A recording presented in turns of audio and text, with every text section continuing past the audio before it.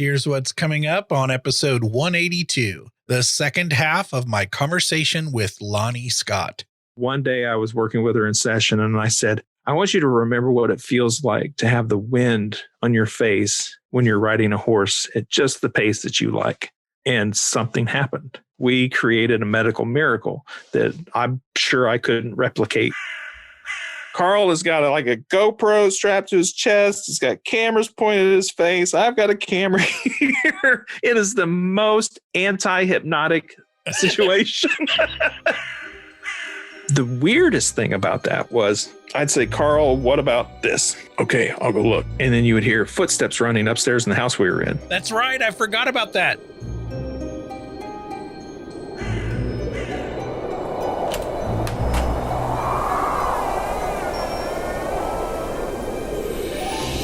Welcome to the Big Seance Podcast. I'm Patrick Keller of BigSeance.com, and this is a place for an open discussion on all things paranormal, but specifically topics like ghosts and hauntings, paranormal research, spirit communication, psychics and mediums, and life after death. So basically, anything that pops up in my paranormal world. The candles are already lit, so you might as well come on in and join the seance. Hopefully you heard the first half of my conversation with Lonnie Scott just a few episodes ago, but if not, you'll definitely want to check out episode 180.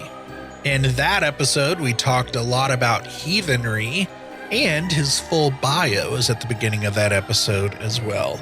In this episode, we cover Lonnie's work with hypnosis and his involvement in the hit documentary series Hellier, which is such a cool series. We're going to get right to it now, so pour your tea.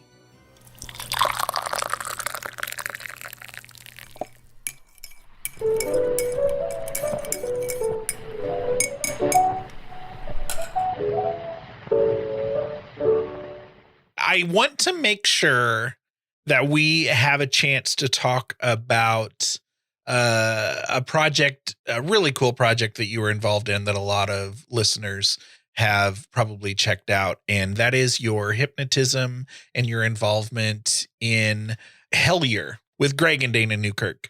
And so I just wanted to know what was talk about your hypnotism too, but also just what it was like being involved in such a cool documentary that really made waves. I got involved in hypnosis about the same time I got involved in everything else. A hypnotist came and put on a stage show at our middle school, junior high back then. I don't know why everything's middle school now. And I was fascinated.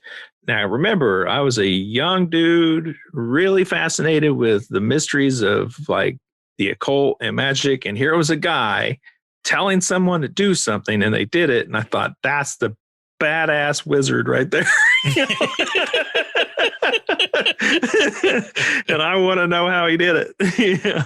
So off to the library I went, asking for books on hypnosis. And it became this thing that I studied for a long time. I didn't really do a lot with it, but through my pursuits in the occult, I've always been fascinated by the use of trance, like people who dance to get into that state, to meditate, get in that state, people who mutilate themselves to get into that state. Is it different using all these different methods, or are they all one road into that same thing? And the study of hypnosis has taught me a great deal about that. So it was 2008. I was an advertising consultant for my day job in the print industry, newspaper print industry. And the recession came along and said that career is going to be over and really hurt. I lost quite a lot in 2008. That was a rough year for me, like it was for a great deal of people. Mm-hmm. I got to this point where I didn't know what I wanted to do next. I just needed to do something. And I was running out of unemployment. I'd already burned through a lot of my savings. And I just grabbed a piece of paper and I wrote down all the things I still wanted to do. I was still curious in, and drew a line down the middle of that page and wrote down how much more education I would need to do that beyond the degree I already have. And ended up circling 2 or 3 things. And one of them was being a neuroscientist. It was going to require a lot more education. Just a bit. The other was social psychology, and I decided that that was just mental masturbation unless you were already rich. And the final thing was hypnotist, and didn't require a whole lot of education. And it was something I had a studied background in, but not like I had never really worked with people for any reason beyond experiments of different kinds of trance. And I reached out to some places. I eventually go and get trained and certified as a practicing hypnotist, and started helping people make changes to their lives, and quickly realized how cool it was. At this point in my career as a hypnotist, I've helped hundreds of people quit smoking. I've helped people ease chronic pain. I've helped people with stress and anxiety get off their meds and live lives that under their own control. I've helped athletes improve sports performance. I've helped people do a lot of really cool, incredible things. And I've never made a full-time living as a hypnotist for whatever reason. I'll always be a hypnotist because the reward of helping people like that is just, I have no words for how rewarding it feels when someone tells me I haven't smoked in 3 years and it's all because of you. And, Wow. Somebody who experiences chronic pain from a list of reasons to have pain, and to see the gratitude on them when they can have an easier life. It's not that I can get rid of it completely. I don't want anybody to think that, but if you're suffering at a level of 7, 8, 9, and I can make that a 2 and a 3, that revolutionizes your life. My 2 favorite clients I've ever worked with as a hypnotist. One was an older woman. She was in her 70s. She had really bad arthritis in her hands, and she hadn't driven in years. Only wanted to see her sister again. She had a twin sister in Kentucky, and they had not seen each other in years because of illnesses and things getting in the way. She came to me to help with the pain because the meds weren't helping anymore. She was scheduled to come in for her 3rd session, and she didn't. I had a voicemail from her apologizing for not showing up. She felt so good. She was driving for the first time in years with someone to make sure she was okay to go see her sister for the first time. And it was me that gave her that ability to do it. And I'm sitting there in my chair listening to this in tears because that's why I do this, right? That was incredible. And then I had another woman who ended up injuring herself in a horseback riding accident. She had the same spinal injury that Christopher Reeves did at a different vertebrae. I didn't quite understand all that, but she had all this paperwork from different neuroscientists and neurosurgeons that she'd tried out. She wasn't paralyzed, but the weight of her hair was too much to bear. It was too painful. So they shaved her head every day. My gosh. I couldn't imagine living like that. Wow. So I worked with her over the course of 3 sessions, and she was riding horses again. I don't know why. I really don't. I'll be the first to admit, I thought I had no way of helping that woman. I tried to talk her out of giving me money because I felt like such a fucking charlatan to even try. I will never, ever take a client just to get their money. I will always turn someone away if I feel like I'm crossing a boundary or a line or something. And I wish I could tell you what I did that worked. I just remember getting little to no results with her until one day I was working with her in session, and I said, I want you to remember what it feels like to have the wind on your face when you're riding a horse at just the pace that you like. And something happened. Those neurons fired and they rewired, and we created a medical miracle that I'm sure I couldn't replicate 9 out of 10 times. But, do those changes tend to be immediate, or do they? Yes. That's the thing about hypnosis that blows my mind. And I have worked with hundreds of clients. I have seen it. I have such a rich understanding of what trance and everything is and isn't now, because I'm in the trenches working with these people over and over and over again, different types from everywhere. And there's still these mysteries. I'm always studying the newest discoveries and researches, that come out of things like neuroscience, because, they're the ones studying these things. And I'm here to tell you, and anyone listening, despite what people may think, there's still no provable theory for consciousness in your mind. None, not one. None of them are even close to being provable or true. And that's from real neuroscience. So yeah, the mind is a mystery for sure. Now, for Hellier, Greg and Dana and I have all known each other for several years, back to their website, Who Forded, which was kind of a snarky, tongue-in-cheek website. I really liked it. They put out this thing back then. They were looking for people to write. And I sent in some sample writing, and they said, "Sure, you're it." And I'm sure I was probably like one of 3 people that did it. So that's why we all three got an acceptance letter to Hogwarts. So I wrote a couple essays, and now they have their website, Weak and Weird. They carried my essays over on that, which was pretty cool. Something about why we leave coins on the grave was one of them that I wrote. And another was about the nocebo effect, this dark side of the placebo. Really cool, dark, twisted stuff. So anyway, I just knew them from then.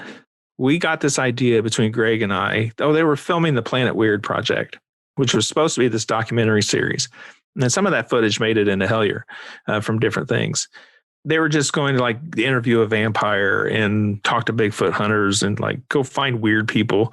And Greg and I were just talking back and forth in emails and stuff one day. And I'm like, "What are you going to do about alien abductions?" And we cooked up this idea that I was going to hypnotize someone to go through an alien abduction scenario, because I wanted to prove that I don't care who it is and what alien abduction hypnosis reveal they had. I will show you how the hypnotist put the idea in their head and gave them the experience, not the other way around. So I don't know if you know who Darren Brown is. Darren Brown is this really cool English dude who uses a lot of psychological tricks, magic tricks, hypnosis techniques, and it's never what you think he's using when he's doing it. He's a performer. Mm-hmm.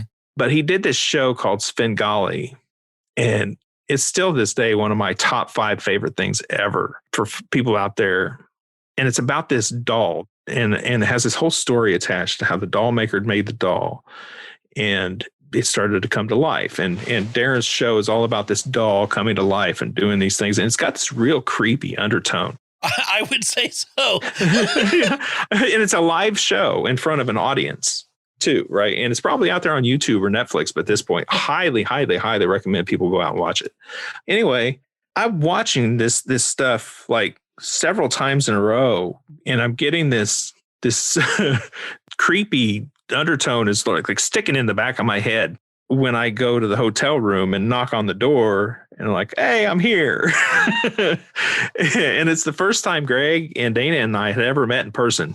And of course, Jason was there. He ended up being my subject, and Nick was there. Nick kind of tripped me out because he looked an awful lot like my best friend who had died in 2010. And this was in 2012, I think 11 or 12 when we did this. So we're sitting in there. We have a long conversation about things like the satanic panic era and how easy it is to plant false memories and lucid dreams and the placebo. If we're having the kind of conversation that makes me really, really happy, Mm-hmm. And I kept noticing that Jason in particular reacted to things in a way that he seemed both scared and fascinated. He had all the right combinations, and his eyes would do a thing that I look for as a hypnotist that tell me that he's a great subject. So I had him pegged before I did any of the testing or suggestibility exercises that I did, I would do with a group to see who's the best one to work with. And when he told me he was doing lucid dreaming experiments, I knew I had the right guy. So I really used a technique, psychological principle called priming, where I was just creating the atmosphere and the story to get them in the right mind frame. But I did it after watching this Darren Brown thing for hours. They didn't know that, but it's what I did. That's funny. So I know I had some that had to fuel some of the shit that I came out of my mouth during that session, because I do a handshake induction whenever I hypnotize him. And in the world of hypnosis, a handshake induction is called an interruption, a pattern interrupt. And it just means that you're about to do something so subconsciously normal that there's not a single thought in the world about the process. It's so automatic that if it is suddenly interrupted, your brain goes, oh no, what do I do now? For just a second. Well, as hypnotists, we use that interrupt and the automatic thought pattern. Your brain needs an instruction. So we stick your hand in your face and say, look at your hand. Oh, okay. And then off we go with the rest of the instructions. But in reality, that was just a formal thing that made Jason aware that it was okay to go deeper into the state he was already inhabiting by that point. I had him coax through language patterns I had already picked him out. They just didn't know it. So I'd already spoken to him in specific ways that coaxed him into a state that all I had to do was say, close your eyes. I just thought for dramatic effect, it'd be cool to do a pattern interrupt. So I did. And then I say things like, you can't move and you're going to be taken. And in the back of my head, I'm thinking that's Darren Brown's fault.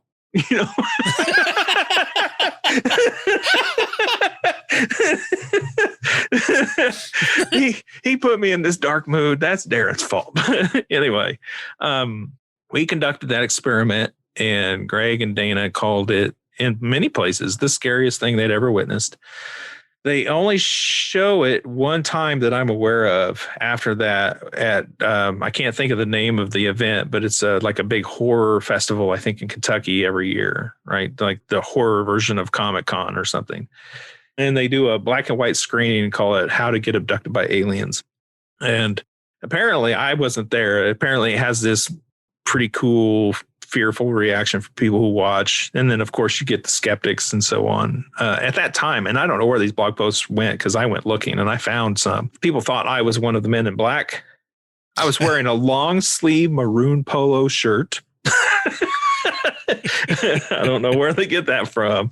I was the salt and pepper haired grim hypnotist. I don't know why I look so grim, but it was just fun to read those things. My favorite was one that said that we had all been abducted by aliens, or they had all been abducted by aliens, and I was some kind of government agent that came there to make them think they were part of a film crew. And just, the things people dream up. Well, anyway, that horror event is a key thing in the process because they're showing that footage of the alien abduction experiment that I did with Jason at that festival, and they have a booth. And they talked about this when they were on my show.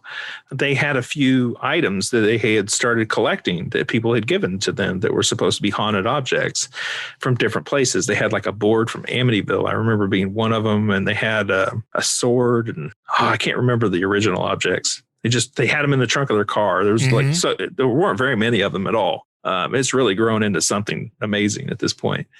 So they put those haunted objects out on that table and just found out that they were onto something with that, and it took off big time from there.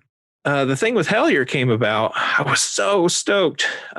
Season 1 of Hellier had already dropped. It had already been out for quite a while. And one day I get this email from Greg, and the subject line is, want to get weird with hypnosis again, or something like that.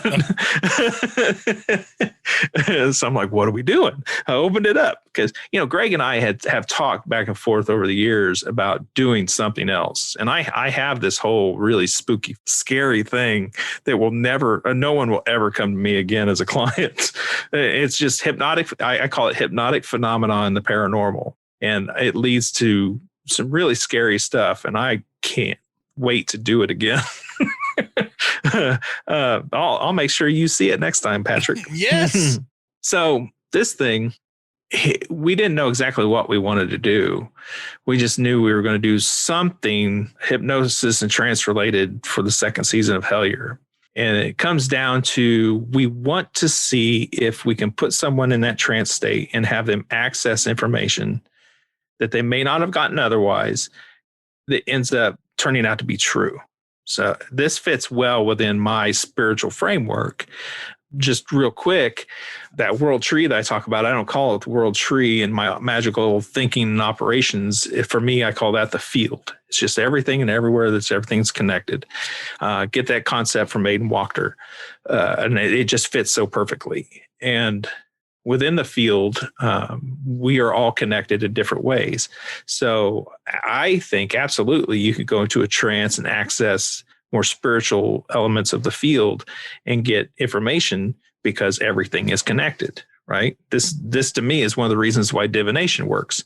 So they chose Karl. I didn't choose the subject. I would have worked with any of them happily, but I really wanted it to be Dana, to be honest, because Dana does that Estes method so much. Yeah. And she's such a profoundly skilled meditator that she's a perfect subject for hypnosis. Like the things that she could do in a guided trance state, I can only imagine what she's capable of. And I someday maybe we'll see.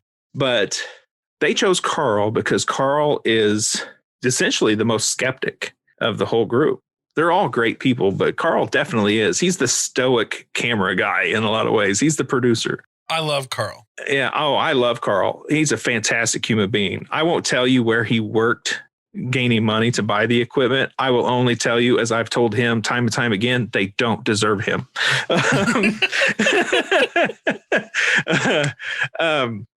But Karl is the subject, really started to sit with me in a way I didn't think of at first.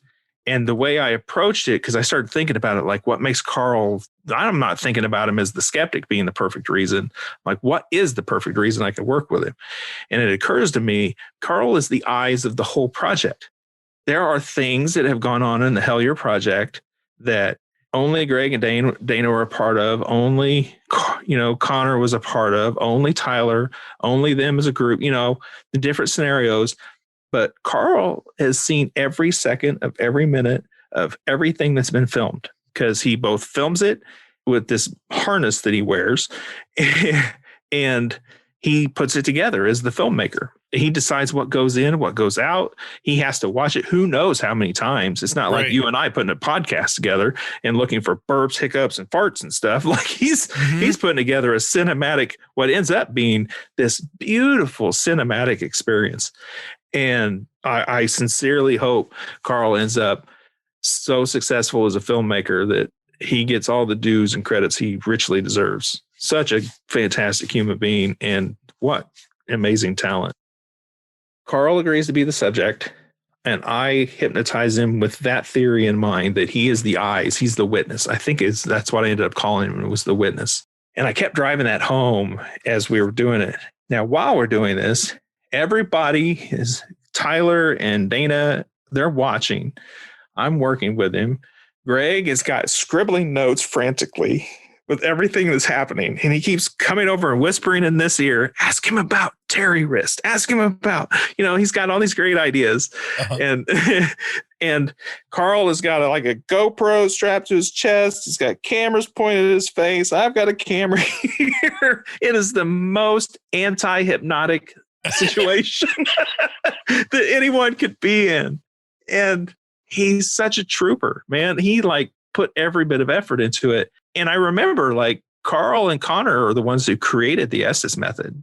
It's not like he's a stranger to going into these focused mental states, right? He's a pro.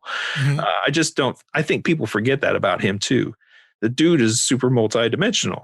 He does good. There's lots of distractions. And the environment, like I said, is not conducive to a hypnotic experience. And he still does good. So I have to do a lot of what's called transitional deepeners in hypnosis.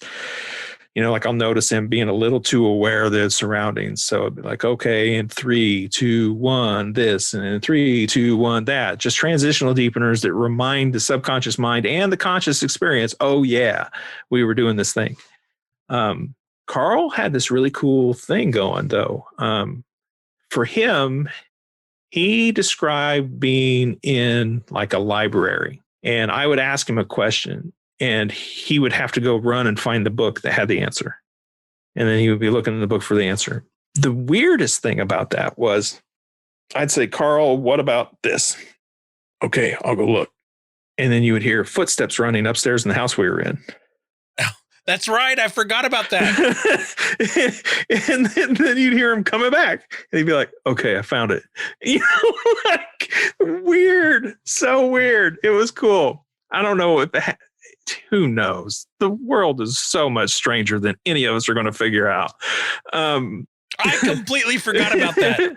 Yeah. So this is going on. And he has these different visions and things that happen throughout the course of it. And then I lead them all through, I lead him through a different deepener where, now a new door or a gateway or something has appeared that wasn't there before. And this is going to lead you out to those deeper realms of the field. And we're going to call a spirit ally to come forward with information that you couldn't get anywhere else that's not in that library. And he had some really weird stuff that just came out of his mouth during that period. And I don't know how much of that ever ended up relevant or not. We wrapped that up. They did they really edited that down. They presented it pretty cool. But the whole thing was a lot longer than what you see in the episode. After they did that, there was a long conversation in the room. Should we do this experiment with someone else? I'm like, yeah, yes, Duh. Absolutely. Let's do that. And I drove all the way here to do that. Let's do that. Honest to God's, my favorite thing about doing anything with Greg and Dana and those guys is just hanging out with them. They're all such cool people and good people. It's a pleasure to just have conversations like that. I don't get enough of that. You don't get enough of that. You know what I mean? So we decided Connor is going to go through a hypnosis experiment just the same way I led Karl. This time, though, I'm a little more adamant, and so is everyone else. Like, it's a general consistency in the group. There should not be all these distractions. So Greg and Dana and Tyler all go upstairs. Connor straps himself down with the camera gear, rigs Connor up with the GoPro and all that other stuff. And already you could feel the lighter atmosphere. Connor and Karl have worked together as this team in the paranormal investigation all the way back to the Stanley. They created the Estes method together. Like they did Spirits of Stanley together. They truly are brothers in this stuff. And the atmosphere changes in a subtle way, but it's noticeable when it's just those two. It was really cool to work with them in that way. Connor is super, super talented at going into trance. I don't know if they're ever going to reveal what we found in his session. It was really interesting.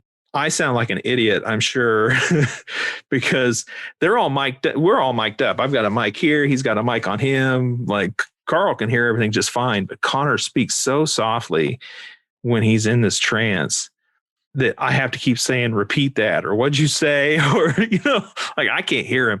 Karl can hear it perfectly in the camera. So it takes a lot of audio editing to make me not sound too dumb, I guess. But it was really interesting. Yeah, those guys are also different. That's how I got involved in Hellier, though. It's just this history with Greg and Dana, being a hypnotist. We've done a really weird hypnosis experiment before. I'm a hypnotist willing to ruin my career to pursue paranormal curiosities. And we go from there. They've been really supportive of me as a hypnotist and just included me in on some stuff. And I appreciate it. I can't wait to see what else they come up with.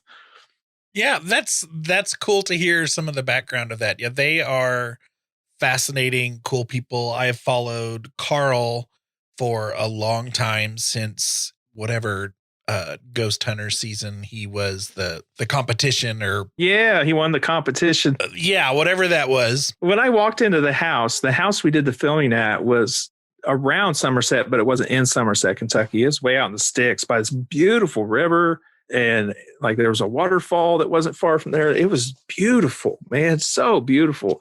Dana had this really cool altar to the Fae, the local Fae that were there, that we were on strict rules. We had to eat vegetarian in the house because of some like thing. Like it was fun. So when I walked in the house and I met Karl for it wasn't the first time I met him, but it was the first time I met him uninterrupted. I met him at Ashmore Estates before at a museum event where he and Connor were doing a an exercise with, EVPs and stuff, but it was a big group thing. And I met him, but I didn't meet him. I met him in the house, and I told him, I was like, man, I've been following your stuff since you used to do those little YouTube videos, how to make an EVP and how to do this. Right. And he goes, oh man, you're old school. And he was just a kid there too, Yeah. I mean, yeah, they're just good, genuine people. They're just like, they want to know, they're doing what we do. They're just curious. They want to know. And the answers are never satisfying. So they keep searching, they keep digging, they keep looking. And it's funny, Connor, I'm watching Connor on Hellier, and I'm like, man, or actually, no, it wasn't Hellier. It was when I interviewed Karl, and he was talking about Connor. And all of a sudden I realized, I'm like, man, I need to go back and look at my pictures. Like 2010-ish, my family and I went and stayed a week at the Stanley, and we got a tour of the Stanley, and our tour guide was brand new, and it ended up being a young Connor. And I have a picture of him giving our tour, and I'm like, oh my God, Connor was my tour guide at the Stanley. That's like way cool. Back. Yep.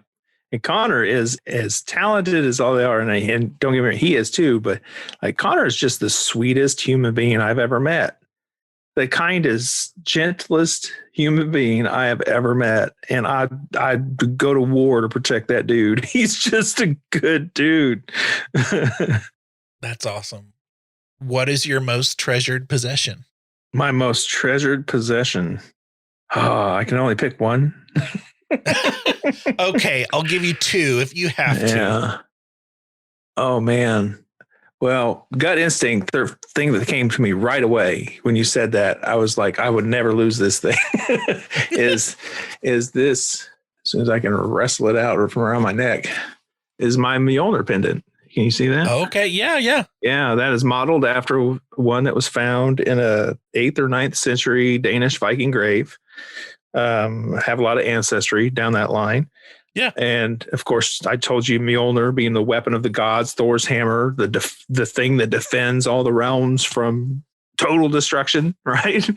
Funny enough, it also something they put in a bride's lap to like make it official. I don't know. It's phallic, I guess.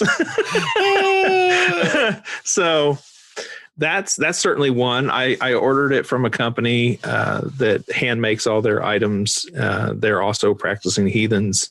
That meant a lot to me. Yeah. Consecrated and worked in a way that means a lot to me.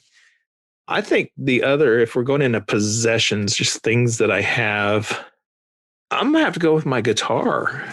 I'm relieved to hear that it's not like your TV remote or like something. Yeah, no, I have to go with my guitar. My guitar, because I'm 43 years old. I took up guitar. It's been, well, in May, it will be 2 years that I've played guitar, and I only took up. It's one of those things I always wanted to do, and I never did it. And it wasn't until I got such a bad injury that I couldn't do Brazilian Jiu-Jitsu for a long time. I was doing physical rehab, and that's where my money always went to martial arts or something like that instead. If you're going to have a hobby, I could only ever afford one, and that was the one. I decided to finally give guitar a try, and my cousin had one that her daughter didn't play, and they just gave it to me. And it was a cheap acoustic guitar, and I found I had a little knack for it. So I went and bought a nice Fender acoustic guitar, and it can plug into an amp if I wanted to. And I just love that thing. I absolutely love that. There's never ending discoveries on that. And some of them feel quite spiritual to me, to be very honest. Therapeutic. Yeah. Yeah. Yeah. And it's got all the struggle that I like in the martial arts of being frustrated something's not working, and then one day it does.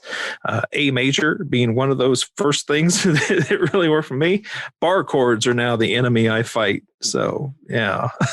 A testimonial for music education. Thank you very much. Yes, that's right. Although I'm not a guitar person, I had to take a semester of that in college, and by the end of it, wanted to throw it out the window. Yeah.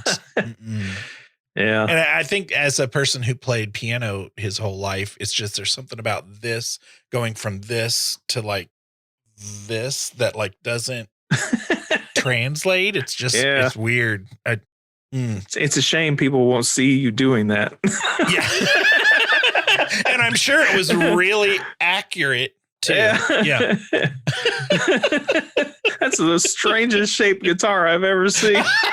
It's let's say it was a keytar.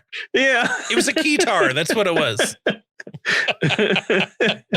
Yeah. So I guess if I have to choose today, those are my two favorites. I love it. I might have to use that question a lot. That's a good question. In fact, one of my favorite things on the internet now is Julian Crane. Yeah.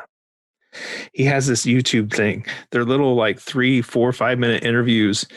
And he has people on. He's like, show me your favorite magical thing. I want to be on his show so bad. And I don't know what I would say. And he always looks at the camera and it's like they're showing him the most amazing thing ever. He has a genuine look of wow on his face every time. And I think he's wonderful for it. That's awesome. A little show and tell. Yeah. It's just like, show me your magical thing. And it's fantastic. There's a ton of these on the YouTube. I go watch them. They're excellent. Well, here's another one of those cards because I picked 2 of them. And this one was growing up. What were some of the posters you had on your wall? Oh, man. What age? You pick. You pick. The most exciting part. Oh, I don't know. That'd be the early teens. And what a difference, right? When I was 11 and 12, it was all Kiss, Motley Crue, Judas Priest, Metallica, Megadeth, and like roller skaters that I was really like big fans of. I picked up roller skating when I was a kid. I still do it. I love roller skating. That would have been my third thing is my skates. By the time I'm 13, it's all grunge, Pearl Jam, Nirvana, Alice in Chains, Soundgarden. And those are still the things I listen to the most. And that's why you picked up the guitar, sir. Yeah, it's funny. I had a guitar teacher at the local music store. Great guy, Todd Hazelrig. He's a super wicked talented musician himself for a little while until I just figured out that I was getting YouTube lessons faster. And Todd knows this. No offense to Todd. I love the man. He's good people. But things are moving that direction for music. A lot of people are doing it. Yeah. The first day he says, if you could play like any guitarist you want to play like, I'm like, Jerry Cantrell. He's like, oh, I don't know. I don't think he ever got that answer before. Who's that? Jerry Cantrell, the guitarist and one of the founders of Alice in Chains. Oh, okay. Yeah. Guy that just creates these weird, wicked sounds and drop D tuning makes my soul happy. It's not flashy, going nuts on the fretboard, working those scales. It's different. It's otherworldly, in fact, as far as I'm concerned. So, yeah, I want to play like Jerry. What book belongs on everyone's bookshelf? 6 Ways by Aiden Wachter. Okay. That came quick. If you are into the occult, witchcraft, paganism, any kind, 6 Ways by Aiden Wachter belongs on your shelf. In fact, I rebuilt my whole teaching and tradition when I take on my own students in my own little groups when his book came out, because I thought it was that good, just that good. It's excellent. Yeah, 6 Ways by Aiden Wachter. That belongs on everybody's bookshelf. If you're listening to this show, I think you should have it. Excellent. Yeah. Well, give us your final thoughts. But I mean, and this could be a big answer here. So final thoughts, and then, anything you want to point out that we haven't, and then what's coming up in the world of Lonnie Scott or Weird Web Radio or anything really. Yeah. Well, Weird Web Radio is going to keep chugging along at the pace that I tend to do, which is slow and steady. I've got a lot of really cool guests lined up. You're one of them. I'm currently writing a book on contract with Llewellyn. About halfway done with it. It's due in a few months. I'm going to have to pick up the pace. What's the topic for that book? It has to do with a lot. It really has a lot to do with some of my experiments that I have done over the last couple decades as a magical practitioner and a paranormal investigator. It's applying practical magical principles to investigating hauntings.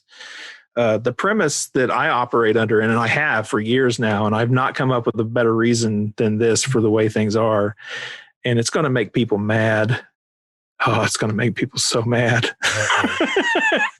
But you know, all those places, like people get the visions of the Virgin Mary and they go for all the healing. And then there are, of course, all these sacred places to different religions and sacred sites and so on. I posit that haunted places and those places are absolutely no different at the quintessential level of what they are. That operating from the idea of the field and all things being connected, that some places within the field, which is everything, are more blended elements of whatever the other world is and our world. That those things get more entangled in some places for whatever reason, I don't know. And that entanglement will have some kind of signature. And you can usually see why if you just take the time to study the history and examine the local environment. You know, what is the condition of natural elements around it? Are trees dying? Or are they thriving? Are there a lot of flowers? Or are there none? Is the water clean or is it dirty? Is the actual home or the building full of debris and dirt? Is there a lot of hate that has been fueled here? Have people been murdered here? Have there been executions here? Have there been marriages here and weddings and blessings and parties and birthday parties and so on? Like, these all add an element in the signature. And I think what we experience on this side, we get that flavor of it.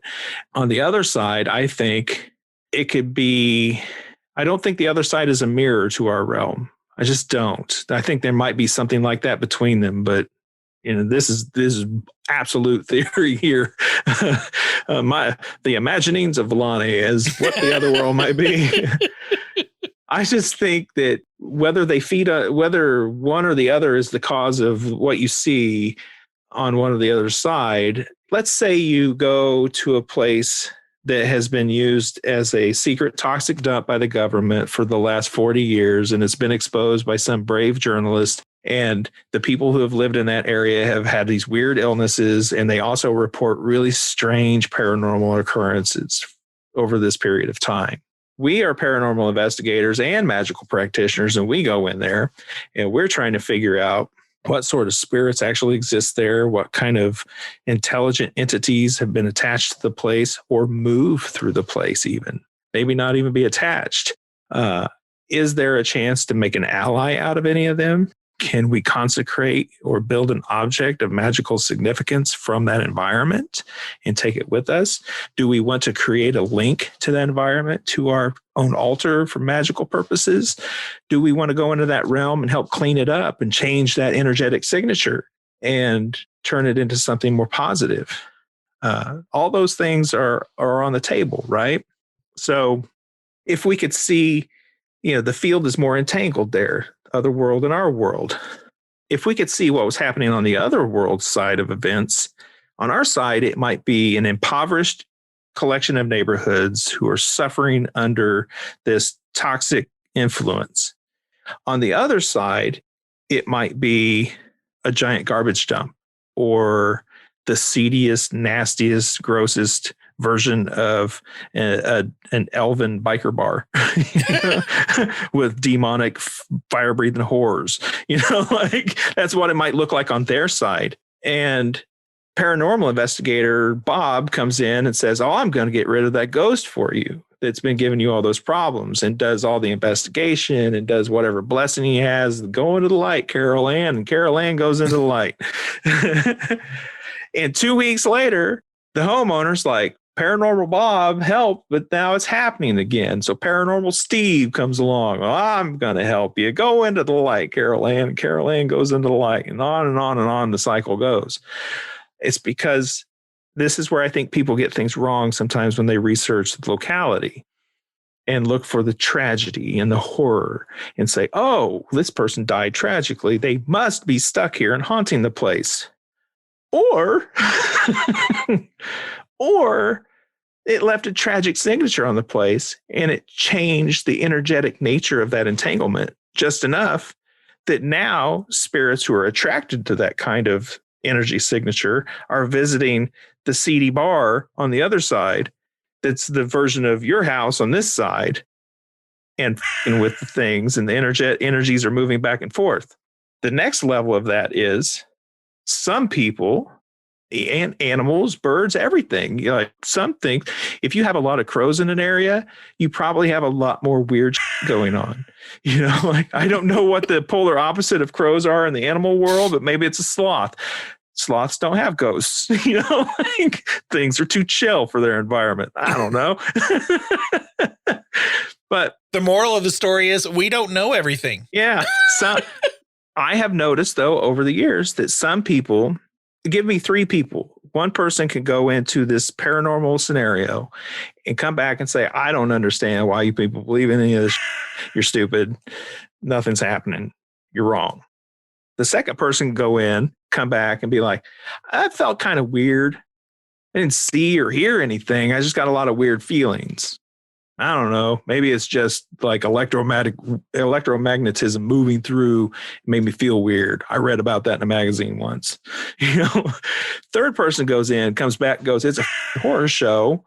I don't understand why anyone would live there. It's driving me crazy. There's things flying around, things slamming open and shut. I'm hearing voices. Someone said my name. Something scratched my back. Like there are those people too. I don't think ghosts are just standing around waiting to turn a doorknob to mess with people or slamming doors or flicking light switches on and off. Not that there aren't trickster spirits out there who just love to do that. I'm sure there are, but I just don't think that's the case.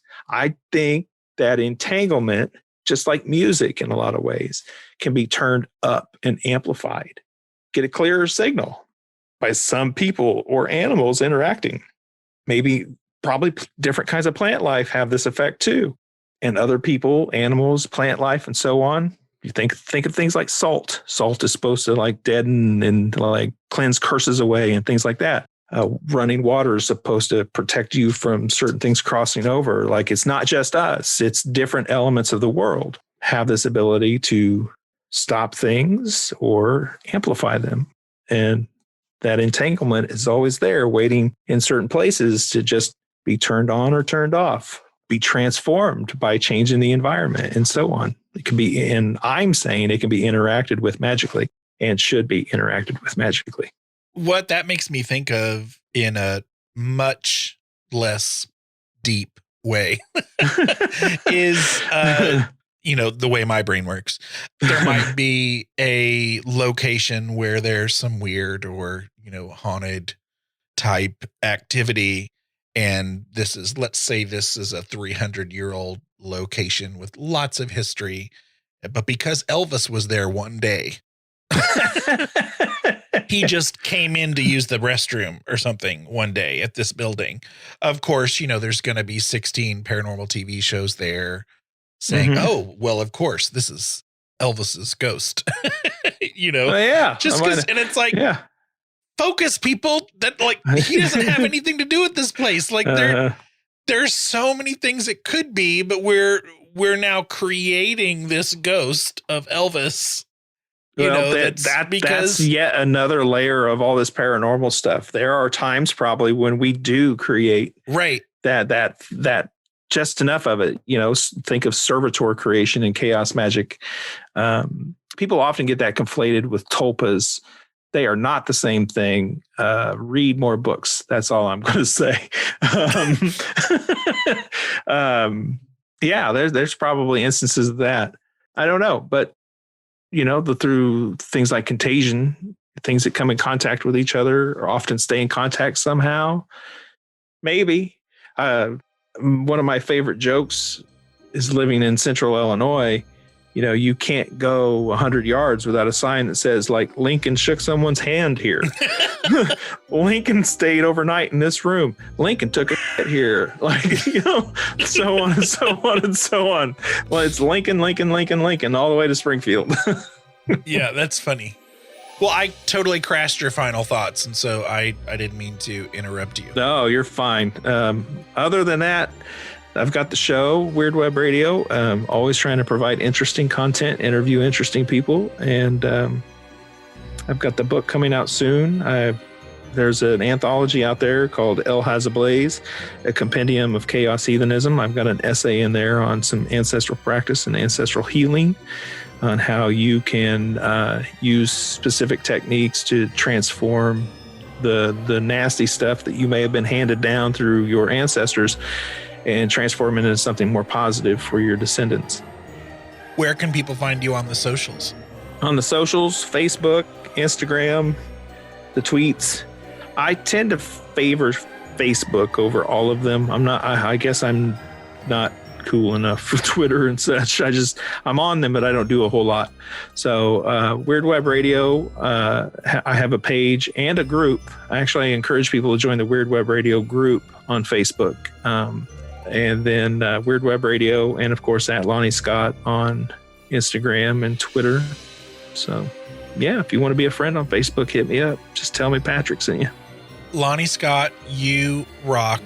And we are definitely going to have you back again just to talk about hypnotism alone. I think that could very much be just another full episode just on that topic. Oh, so, I could fill days with hypnosis chatter. Absolutely. we will plan it, but thank you for being on the show. Well, thank you again for having me. Yeah, in case anyone missed it, come find me at weirdwebradio.com. Everything I do and all the services I offer are linked up from there. Awesome.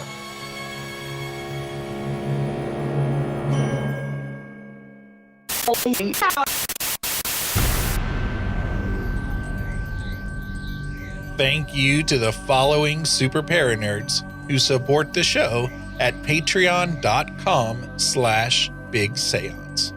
Jeffrey Fishbach, James Deacon, Melissa Armour, Anne Marie Sullivan, Justin J. Justin, Genesis, Natalie, Kim Robb, Jim Budd, Josiel Lorenzo, Susan Davey, Paula Mitchell, and Amy Park Gedicke.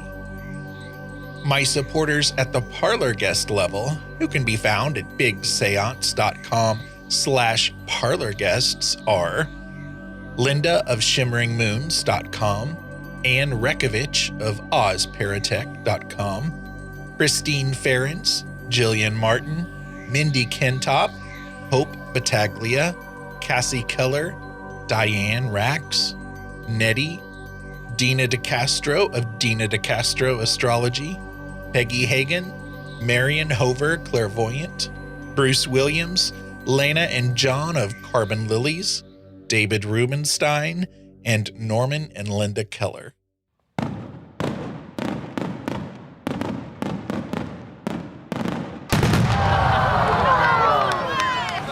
That sound you just heard was the above and beyond. There's not even a category for your level of support fireworks display, because I now have 5 awesome listeners who support the show at the $10 level. Glenna Becker, Steve Skinner, Kevin Gilbert, AJ Meredith, and James Wilfong. So thank you, Glenna, Steve, Kevin, AJ, and James, and thank you, Paranerds. For show notes, including links to anything we may have mentioned in this episode, visit bigseance.com. And you can continue the discussion and hang out with a great community of Paranerds by joining us in the Big Seance Parlor on Facebook. Want to hear your voice in a future episode? Go to bigseance.com/feedback to learn how. Thank you so much for listening. Unfortunately, it's time to blow the candles out, but we'll see you and light them again next time.